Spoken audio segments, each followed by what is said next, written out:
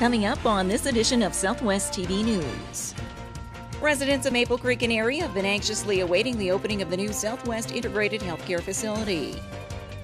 Southwest Saskatchewan has been basking in above seasonal temperatures for the past number of weeks with little precipitation. The Health Sciences Association of Saskatchewan has come forward citing its concerns over rural EMS service across the province.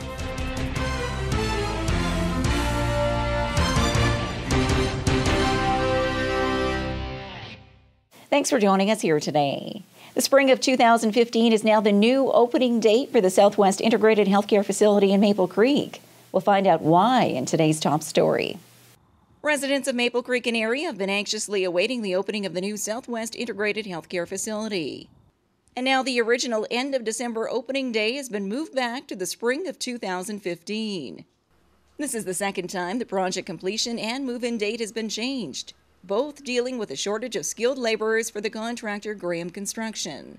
Despite this latest setback, a good portion of the work has already been completed on the site. The roof will be done, like the last membrane, the roof will actually be done this week, so it'll be all enclosed. There is interior stuff that needs to be done. It is coming along. I was on site last week. It is coming along quite well. The first phase, which is the Universal Care Unit, Diagnostics and Acute Care, the first coat of paint is on. We're seeing vinyl flooring on the floors. A lot of the millwork's in. You're starting to see light fixtures go up. So, I mean, it's moving along and progressing. It's just not going to be able to meet that deadline. And while the new work continues at the Southwest Integrated Facility site working towards opening day, local residents will be required to use the various makeshift sites within Maple Creek for emergency and other healthcare services. So the temporary occupancies for acute care and primary health care and some of our community health services will still take place. I know it's not ideal conditions, but our staff and the public have for sure stepped forward and made it work. So we're thankful for that continues, and that they'll have to keep working at those places a little longer, and we're sorry about that, but there's nothing we can do about the delay.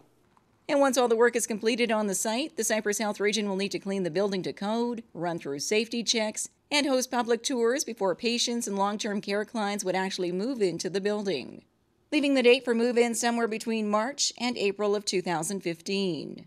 Once open, the 80,000 square foot building will include 80 beds and a range of healthcare services all under one roof. In the town before, there was 2 different clinics working out of 2 different separate buildings. So having that all under one roof, it's all a benefit to the patient.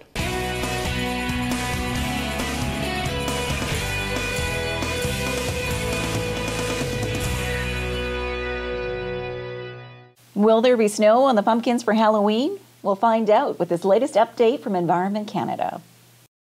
Southwest Saskatchewan has been basking in above seasonal temperatures for the past number of weeks with little precipitation, therefore helping producers to finish harvesting and giving outdoor enthusiasts the chance to soak up the mild weather.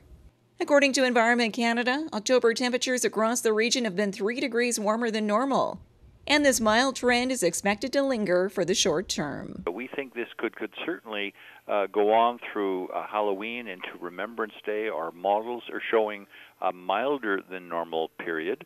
The American models are saying the same thing. So I think what seems to be in place now here is with September, October, November, and even early December is certainly a fall that looks like it's going to be warmer than normal, and a far cry from what we saw last year, where, my gosh, there were signs of winter had already arrived. So I think that's a good picture that we're seeing. More westerly air, high pressure area, weather coming from the United States and not from Siberia or the Arctic.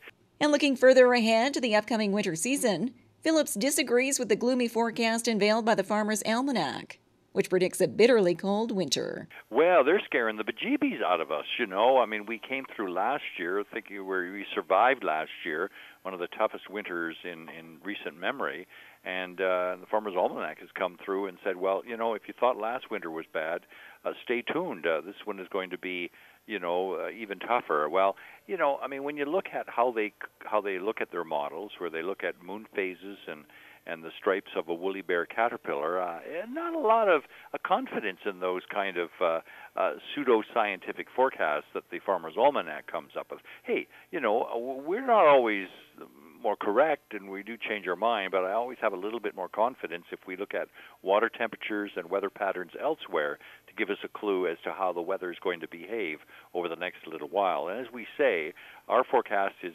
very different than what we see in the Farmer's Almanac, and I'm putting a few loonies on the fact that it's going to be a certainly much more open and softer winter than what we saw last year. Environment Canada records indicate that in the last 60 years, there have only been 4 Octobers in Swift Current without snow.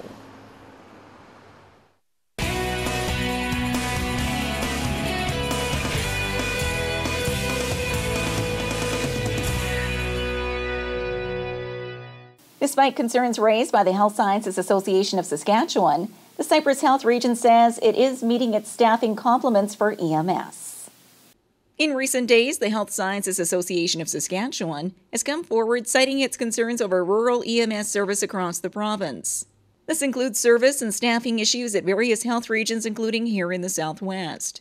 Comments which the Cypress Health Region is quickly responding to. Being an emergency measures staff is always difficult. You're working in small communities with a low call volume. It's hard to keep your skills up. And you never know when you go out, you might be attending to your family or your friends, right? So it is a really hard job, and we don't have a lot of full-time positions in our region, so it is harder to recruit to the part-time jobs. Having said that, we haven't had a full-time vacancy in quite some time, as long as I've been 2 or 3 years. Part-time, we have had some more recently, but they're all being posted, and as far as I know, I have applicants for all of them. Some of that's just in the process right now.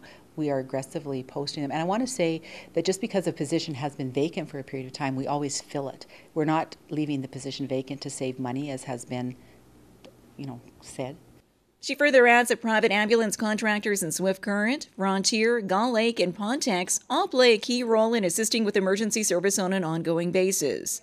Alongside the fleet of EMS already under the umbrella of the Cypress Health Region in East End, Shaunavon, Maple Creek, Leader, and Cabrey. When an ambulance leaves the community, the home community, which is just part of ambulance operations, because that's what they're doing, is transferring people. They don't just respond to 911 calls, they transfer people to either regional hospital or tertiary hospital.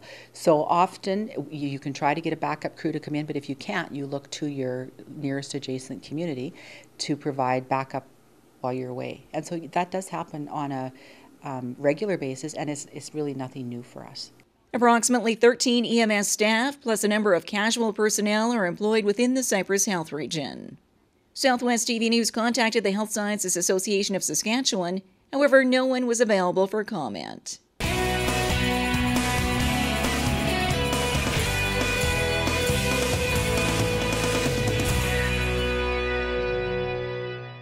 Well, this brings to a close another episode of Southwest TV News, reporting the stories that matter to you.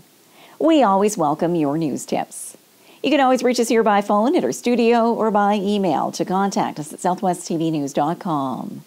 Also, be sure to join us daily online for the latest news from across Southwest Saskatchewan and so much more at myocalTV.ca. And be sure to follow us on a range of social media.